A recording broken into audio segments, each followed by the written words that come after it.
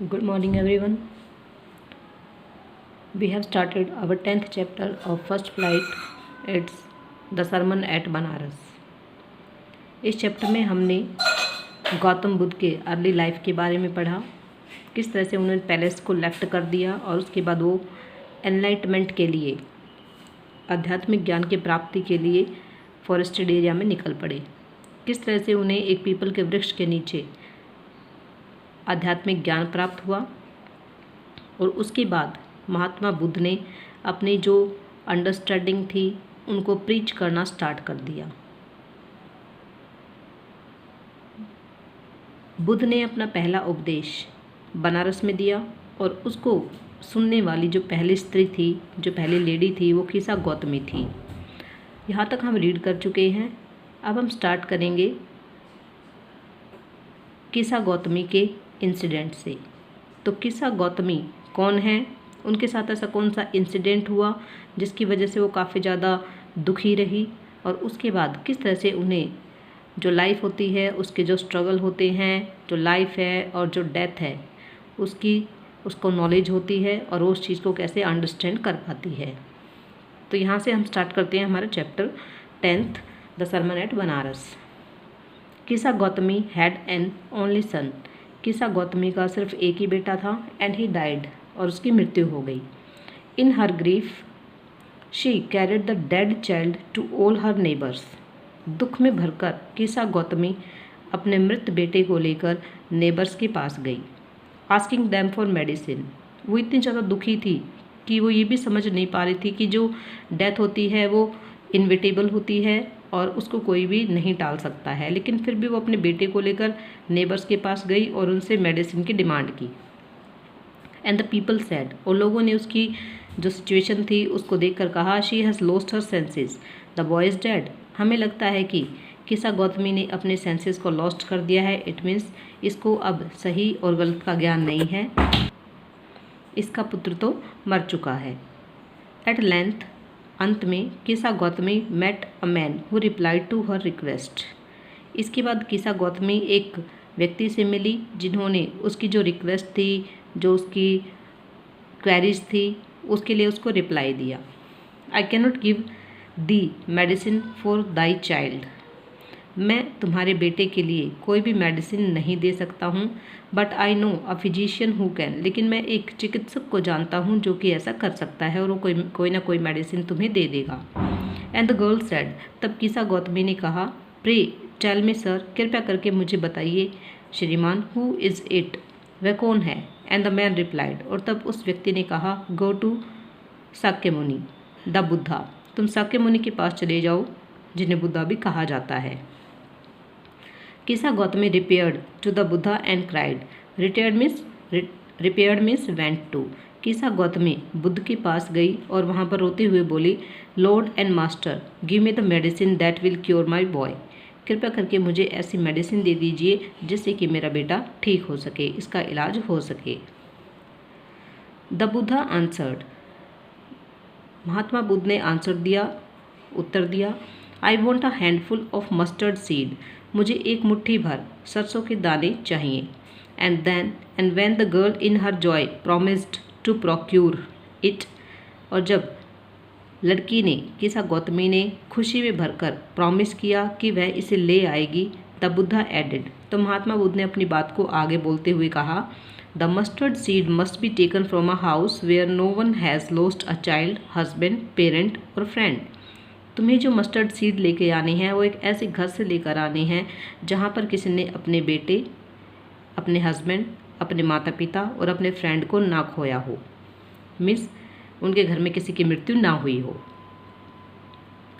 Poor Kisa Gautami now went from house to house.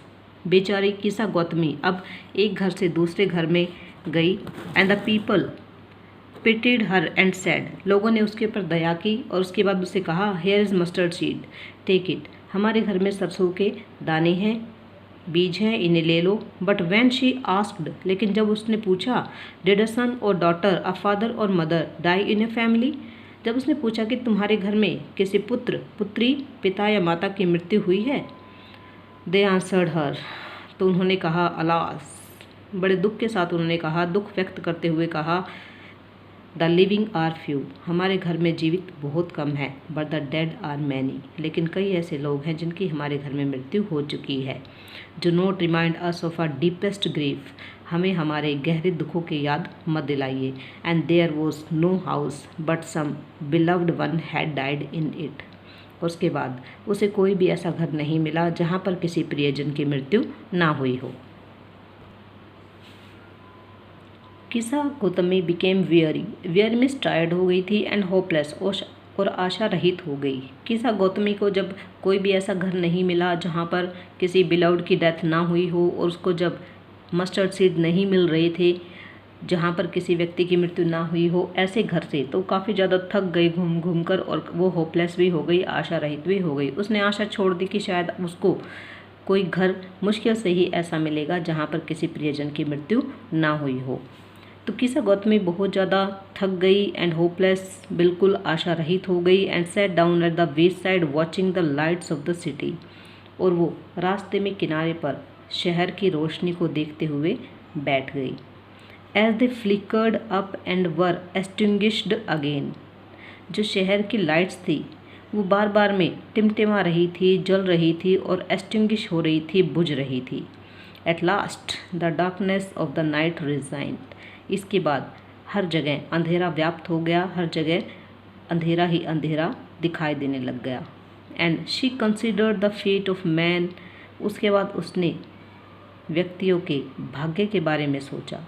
किसा गौतमी के मन में एकदम से विचार आ गया कि मनुष्य का भी क्या भाग्य है, that their lives flickered up and are extinguished again, कि किस तरह से उनका जीवन एक बार जलता है और दूसरे ही समय पर वो एक्सटिंग्विश हो जाता है, बुझ जाता है। And she thought to herself, और उसके बाद फिर उसने अपने आप में सोचा, how selfish am I in my grief, मेरे दुख में मैं कितनी ज़्यादा स्वार्थी हो गई थी। Death is common to all, जो मृत्यु है वो सभी के लिए सामान्य है। Yet in this valley of desolation, desolation का मतलब होता है जो डेसोलेशन होता है, यानी कि जो वैली ऑफ डेसोलेशन निराशा की जो घाटी होती है, यानी कि निराशा का जो समय होता है उसको कहा गया है कि yet in this valley of desolation there is a path, निराशा की इस घाटी में भी एक रास्ता ऐसा है, that leads him to immortality, जो उसे अनश्वरता की तरफ ले जाता है। Who has surrendered all selfishness, और उसके बाद जो निराशा की घाटी में एक रास्ता है जो कि मनुष्य को अमरता की तरफ ले जाता है, वह सिर्फ उसी को प्राप्त होता है जिसने अपने सभी स्वार्थों का सरेंडर कर दिया है, त्याग कर दिया है। तो यहाँ पर हमने देखा कि जो किसा गौतमी है कैसे उसको नॉलेज हो जाती है, कैसे वो अपने आप में ही कंसिडर करती है, सोचती है कि जो लाइफ है और जो डेथ है वो किस तरह से डिफरेंट है। हमारा जीवन भी, हमारी लाइफ भी उन सिटी की लाइट्स की तरह है जो कि कभी फ्लिकर्ड हो जाती हैं और कभी एक्सटिंग्विश हो जाती हैं। अब वो खुद ही महसूस करती है कि किस तरह से वो काफ़ी ज़्यादा सेल्फिश हो गई थी और उसने अपने बेटे की जो डेथ है उसको नहीं माना था और उसको जीवित करने के लिए वो एफर्ट कर रही थी। तो यहाँ पर उसको नॉलेज हो जाती है कि जो लाइफ और डेथ है वो एक प्रोसेस है जो कि हर ह्यूमन बीइंग की लाइफ में आती है। उसके बाद वो कहती है कि जो हमारी निराशा की जो घाटी है, जो निराशा का समय है हमारा, उसमें एक ऐसा रास्ता भी है जो कि हमें अमरता की तरफ ले जाता है। और वो रास्ता किसको मिलता है? वो रास्ता उसको मिलता है, उस पाथ पर वही व्यक्ति जाता है जिसने सभी स्वार्थों का त्याग कर दिया हो, जिसने अपने सभी जो सांसारिक सुख हैं, जो इन चीज़ों से ऊपर उठ जाते हैं, वही अंत में मोक्ष की प्राप्ति भी करते हैं। द बुद्धा सेड, उसके बाद बुद्ध ने कहा, the life of mortals in this world is troubled and brief and combined with pain. इसके बाद महात्मा बुद्ध ने कहा कि इस संसार में जितने भी नश्वर व्यक्ति हैं, मोर्टल्स वो हैं जिनकी लाइफ में डेथ जो है अवश्य आती है, जो अमर नहीं होते हैं। कि जो लोग हैं जो कि नश्वर हैं, उनके लिए जो ये संसार है ये ट्रबल्ड है, दुखों से भरा हुआ है, छोटा है, संक्षिप्त है, एंड कंबाइंड विद पेन, और इसमें दुख और दर्द दोनों ही उनको मिलते हैं। For there is not any means by which those that have been born can avoid dying. इस संसार में ऐसा कोई भी मीन्स नहीं है, कोई भी ऐसा साधन नहीं है जिसके द्वारा जो पैदा हुआ है वो मरने से बच सके। यानी कि मृत्यु जो है सबको आनी है। After reaching old age there is death. जब ह्यूमन बीइंग ओल्ड एज में पहुंच जाते हैं उसके बाद लास्ट में वो मृत्यु को प्राप्त हो जाते हैं। Of such a nature are living beings, और यही सभी लिविंग बींग्स का नेचर होता है, स्वभाव होता है। As ripe fruits are early in danger of falling. जिस तरह से जो पके हुए फल हैं उनका हमेशा गिरने का खतरा बना रहता है, so mortals when born are always in danger of death. तो इसी तरह से जो नश्वर लोग होते हैं जिसका जन्म हुआ है उसके लिए मृत्यु भी अवश्य संभावी है, उनको मृत्यु अवश्य प्राप्त होती है। As all earthen vessels made by the potter end in being broken, so is the life of mortals. जिस तरह से कुम्हार के द्वारा बनाए गए अर्थन वेसल्स होते हैं, मिट्टी के बर्तन होते हैं जो एक ना एक दिन टूट ही जाते हैं, उसी प्रकार से ह्यूमन बीइंग की लाइफ भी होती है जो किसी न किसी दिन बुझ जाती है, मीन्स उनको डेथ अवश्य आती है।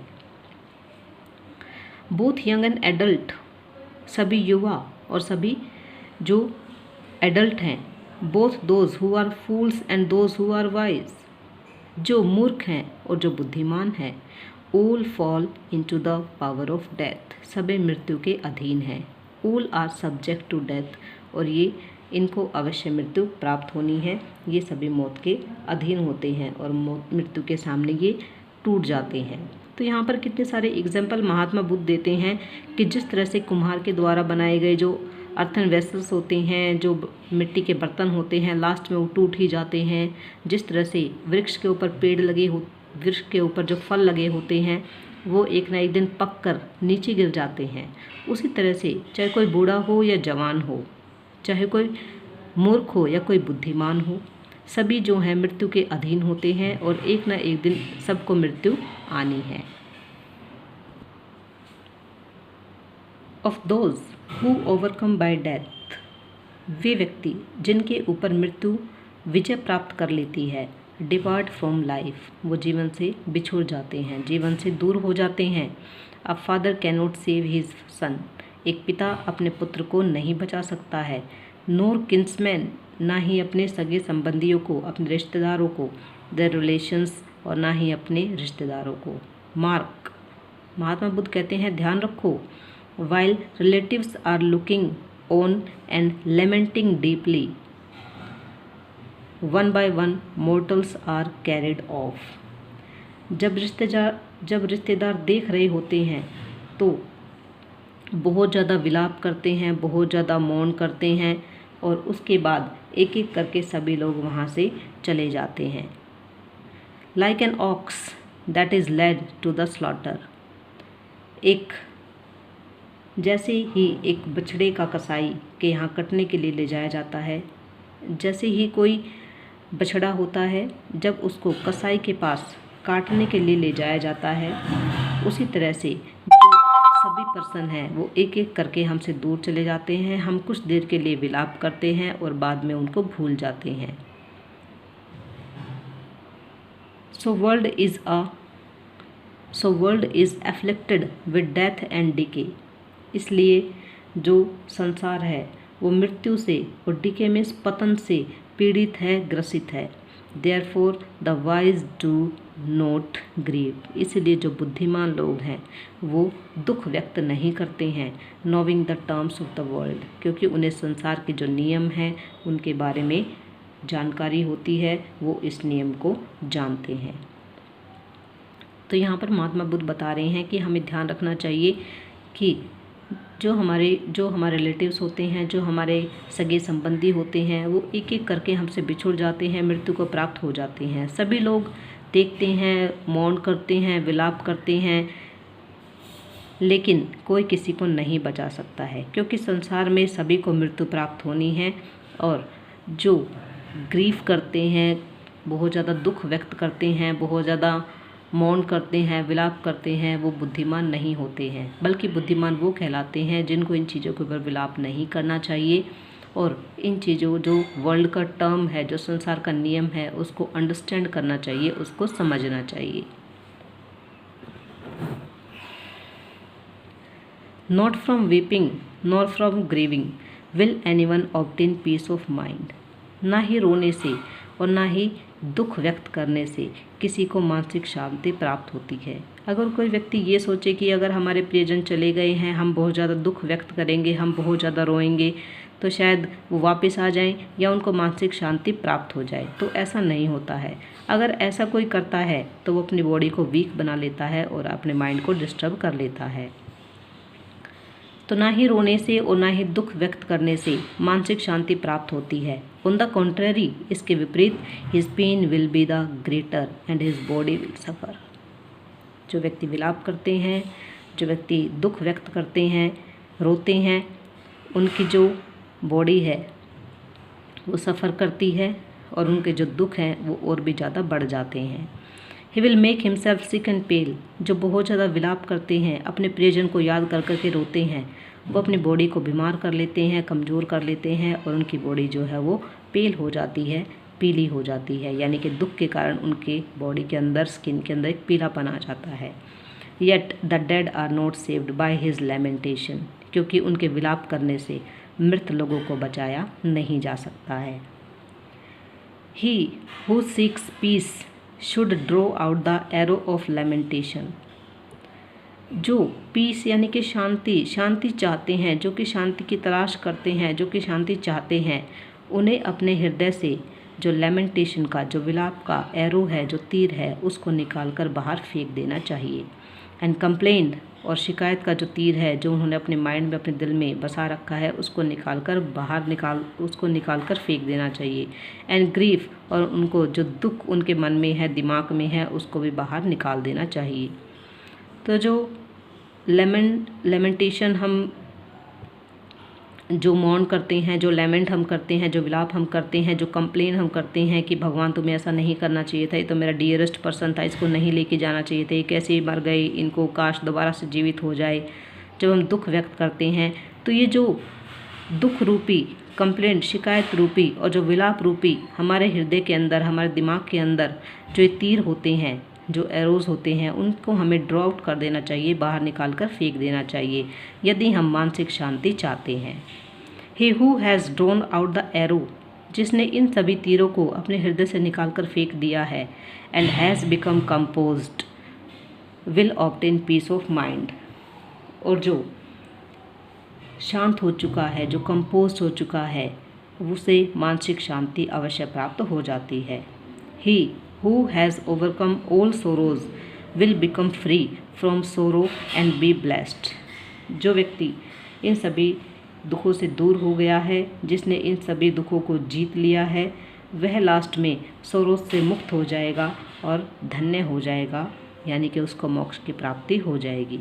तो यहाँ पर एक अच्छा मैसेज भी हमारे पास आया है, जो कि महात्मा बुद्ध ने हमें दिया है कि हमें कभी भी बहुत ज़्यादा विलाप नहीं करना चाहिए, क्योंकि जो ह्यूमन बीइंग होते हैं वो एक लाइफ से दूसरी लाइफ में ट्रैवल करते रहते हैं, लेकिन कई लोग बहुत ज़्यादा लेमेंटेशन शो ऑफ करते हैं, बहुत ज़्यादा ग्रीफ शो ऑफ करते हैं। तो ऐसा महात्मा बुद्ध के अनुसार नहीं करना चाहिए, क्योंकि जो इन चीज़ों से ऊपर उठ जाते हैं, लास्ट में वही मोक्ष की प्राप्ति करते हैं। तो स्टूडेंट, हम यहाँ पर कंप्लीट कर चुके हैं हमारा 10th chapter the sermon at Banaras. I hope कि आपकी समझ में आ गया होगा। Thank you students.